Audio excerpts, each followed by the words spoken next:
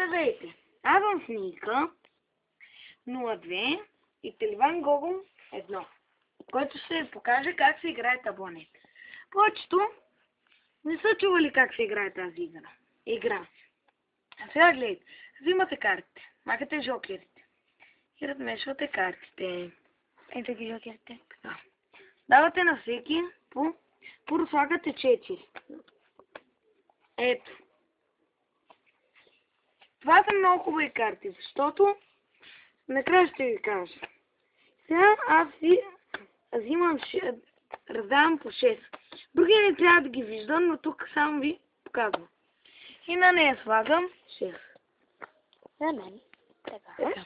Сега, да обясня.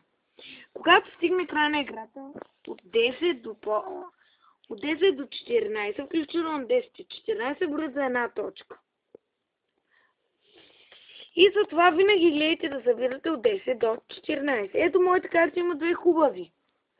А нейните са много зле. Така.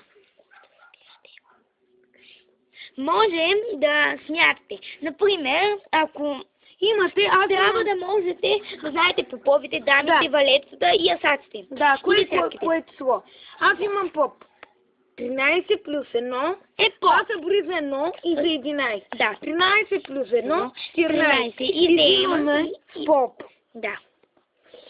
И ето така взимат всички карти. Независимо седмици, осмици. И като свършат карти на една играча, примерно аз имам ето тези карти. Тя събрава Енигма.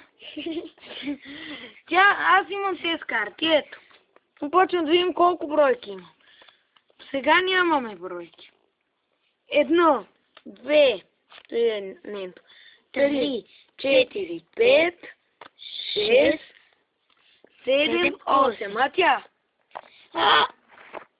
Има. 1, 2, 3, 4.